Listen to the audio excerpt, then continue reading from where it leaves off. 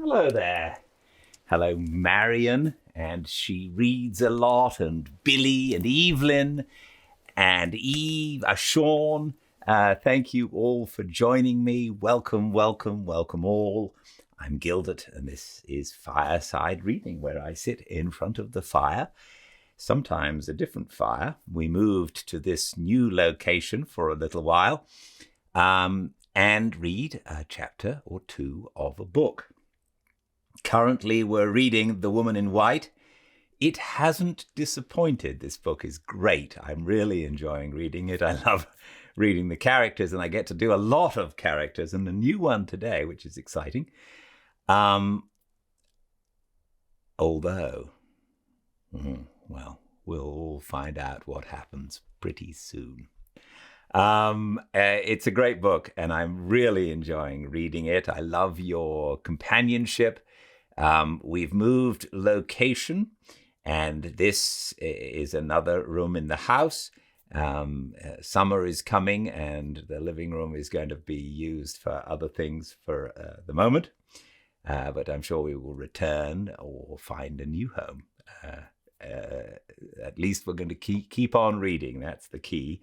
And when summer gets here good and proper, we're going to start reading Don Quixote, which is the next book, which will take us a while, but we're going to finish this one first. Let's continue, shall we, and see what happens.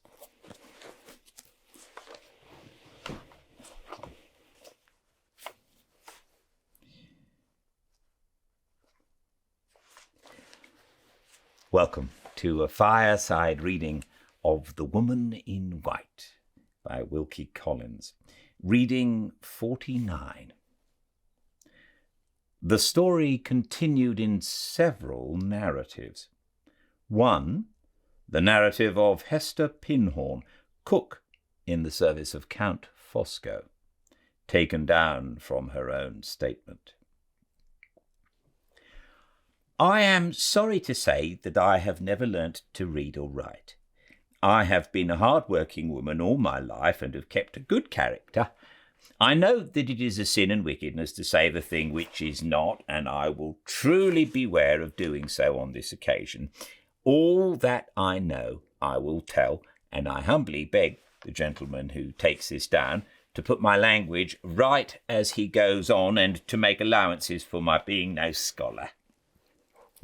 In this last summer I happened to be out of place, through no fault of my own, and I heard of a situation as a plain cook at No. 5 Forest Road, St. John's Wood. I took the place on trial. My master's name was Fosco. My mistress was an English lady. He was count and she was countess. There was a girl to do housemaid's work when I got there. She was not over clean or tidy, but there was no harm in her. I and she were the only servants in the house. Our master and mistress came after we got in, and as soon as they did come, we were told downstairs that company was expected from the country. The company was my mistress's niece, and the back bedroom on the first floor was got ready for her. My mistress mentioned to me that Lady Glyde, that was her name, was in poor health, and that I must be particular in my cooking accordingly. She was to come that day, as well as I can remember, but whatever you do, don't trust my memory in the matter. I'm sorry to say it's no use asking me about days of the month and such like, except Sundays. Half my time I take no heed of them, being a hard-working woman and no scholar. All I know is Lady Glyde came, and when she did come, a fine fright she gave us all, surely. I don't know how master brought her to the house, being hard at work at the time, but he did bring her in the afternoon, I think, and the housemaid opened the door to them and showed them into the parlour. Before she had been long down in the kitchen again with me, we heard a hurry-scurry upstairs and the parlour bell ringing like mad, and my mistress's voice calling out for help. We both ran up, and there we saw the lady laid on the sofa with her face ghastly white, and her hands fast clenched, and her head drawn down to one side. She had been taken with a sudden fright, my mistress said, and master, he told us she was in a fit of convulsions. I ran out, knowing the neighbourhood a little better than the rest of them, to fetch the nearest doctor's help. The nearest doctor was at Goodrick's and Garth's, who worked together as partners and had a good name and connection, as I've heard, all round St. John's Wood. Mr. Goodrick was in, and he came back with me directly. It was some time before he could make himself of much use. The poor unfortunate lady fell out of one fit into another, and went on so till she was quite wearied out, and as helpless as a new-born babe. We then got her to bed. Mr. Goodrick went away to his house for medicine and came back again in a quarter of an hour or less. Besides the medicine, he brought a bit of hollow mahogany wood with him, shaped like a kind of trumpet, and after waiting a little while, he put one end over the lady's heart and the other to his ear and listened carefully. When he had done, he says to his mistress, when he had done, he says to my mistress, who was in the room, "This is a very serious case," he says. "I recommend you to write to Lady Glyde's friends directly." My mistress says to him, "Is it heart disease?" And he says, "Yes, heart disease of a most dangerous kind." He told her exactly what he thought was the matter, which I was not clever enough to understand, but I know this. He ended by saying that he was afraid neither his help nor any other doctor's help was likely to be of much service. My mistress took this ill news more quietly than my master. He was a big, fat, odd sort of elderly man who kept birds and white mice and spoke to them as if they were so many Christian children.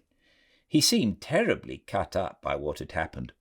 "Ah, poor Lady Glyde, poor dear Lady Glyde," he says, and went stalking about, wringing his fat hands more like a play actor than a gentleman. For one question, my mistress asked the doctor about the lady's chances of getting round. He asked a good 50, at least. I declare he quite tormented us all, and when he was quiet at last, out he went into the bit of back garden, picking trumpery like nosegays, and asking me to take them upstairs and make the sick room look pretty with them. As if that did any good. I think he must have been, at times, a little soft in his head, but he was not a bad master. He had a monstrous civil tongue of his own and a jolly easy, coaxing way with him. I liked him a deal better than my mistress. She was a hard one, if ever there was a hard one yet. Towards night-time the lady roused up a little. She had been so wearied out before that by the convulsions that she never stirred hand or foot or spoke a word to anybody. She moved in the bed now and stared about her at the room and us in it. She must have been a nice-looking lady when well, with light hair and blue eyes and all that. Her rest was troubled at night, at least so I heard from my mistress, who sat up alone with her. I only went in once before going to bed to see if I could be of any use, and then she was talking to herself in a confused, rambling manner. She seemed to want sadly to speak to somebody who was absent from her somewhere. I couldn't catch the name the first time, and the second time master knocked at the door with his regular mouthful of questions and another of his trumpery nosegays. When I went in early the next morning, the lady was clean worn out again and lay in a kind of faint sleep. Mr. Goodrick brought his partner, Mr. Garth, with him to advise. They said she must not be disturbed out of her rest on any account. They asked my mistress many questions at the other end of the room about what the lady's health had been in past times and who had attended her and whether she'd ever suffered much and long together under distress of mind. I remember my mistress said yes to that last question.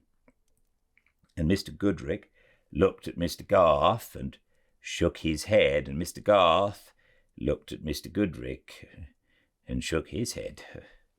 They seemed to think that the distress might have something to do with the mischief at the lady's heart.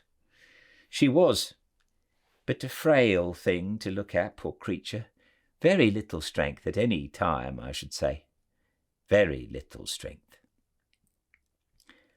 Later on the same morning, when she woke, the lady took a sudden turn and got seemingly a great deal better. I was not let in again to see her. No more was the housemaid, for the reason that she was not to be disturbed by strangers. What I heard of her being better was through my master. He was in wonderful good spirits about the change, and looked in at the kitchen window from the garden with his great big curly-brimmed white hat on, to go out. "Good Mrs. Cook," says he, "Lady Glyde is better. My mind is more easy than it was, and I am going out to stretch my big legs with a sunny little summer walk. Shall I order for you? Shall I mark it for you, Mrs. Cook? What are you making there? A nice tart for dinner? Much crust, if you please. Much crisp crust, my dear, that melts and crumbles delicious in the mouth." That was his way. He was past 60 and fond of pastry. Just think of that. The doctor came again in the forenoon and saw for himself that Lady Glyde had woke up better.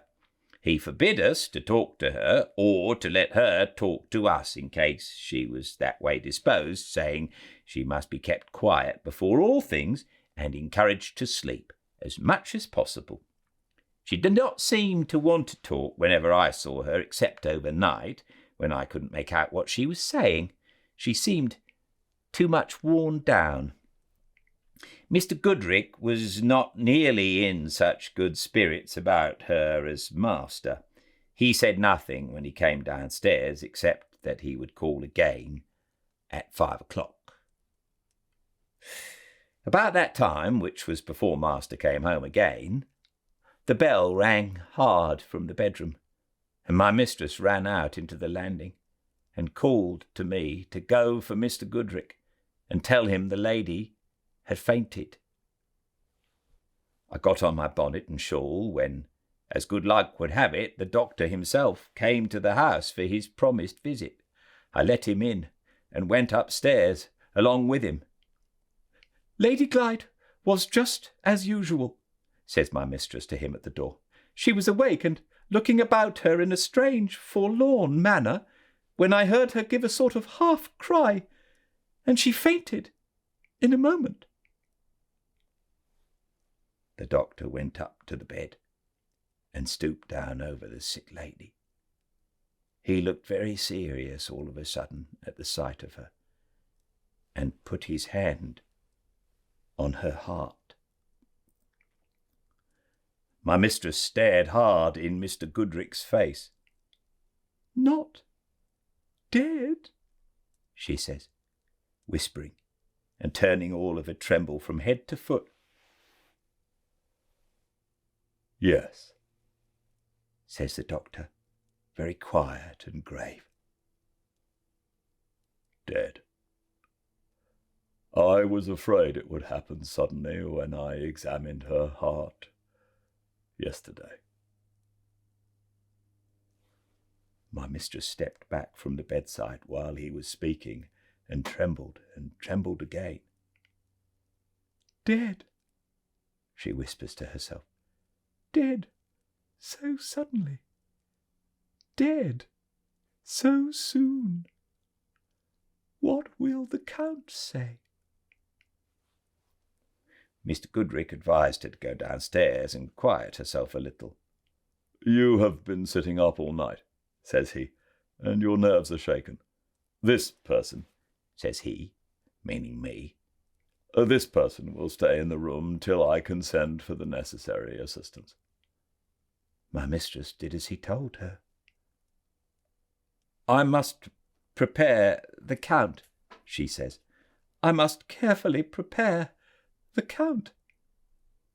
And so she left us shaking from head to foot, and went out. "Your master is a foreigner," says Mr. Goodrich when my mistress had left us.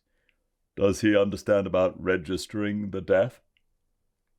"I can't rightly tell, sir," says I, "but I should think not."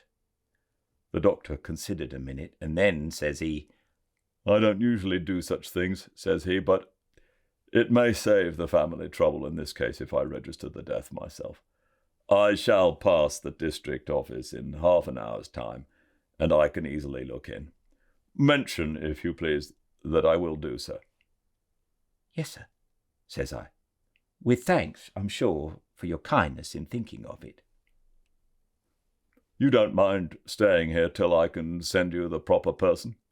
says he. "No, sir," says I. "I'll stay with the poor lady till then.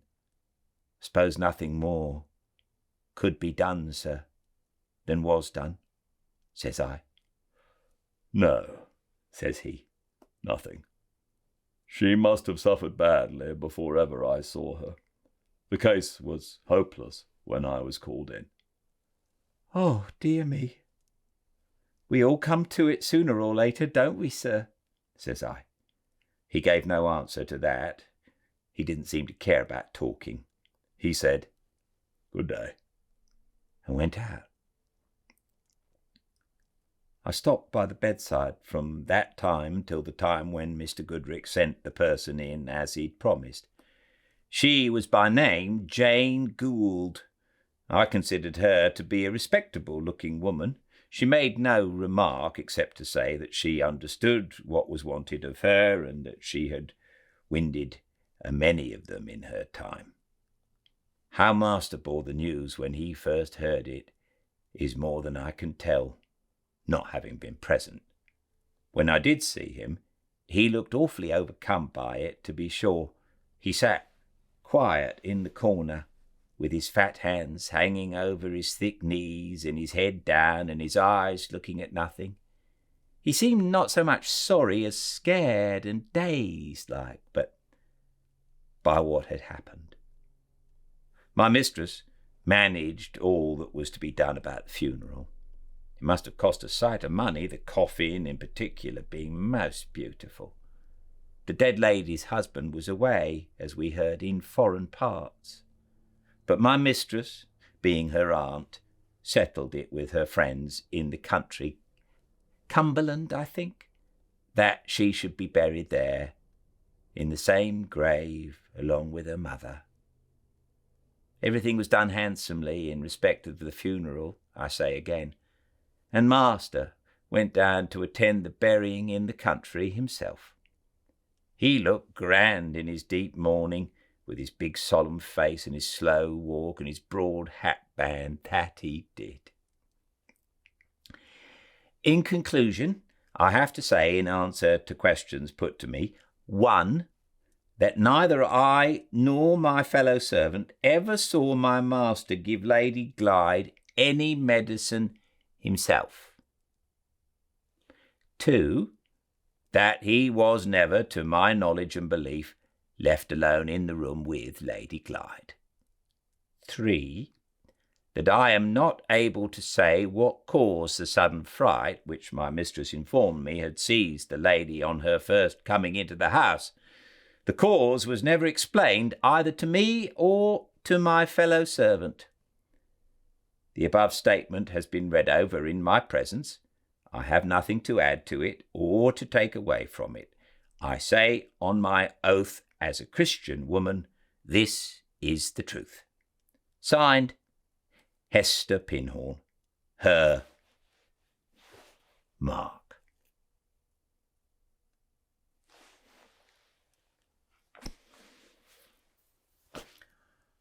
Well, I didn't see that coming, I have to say.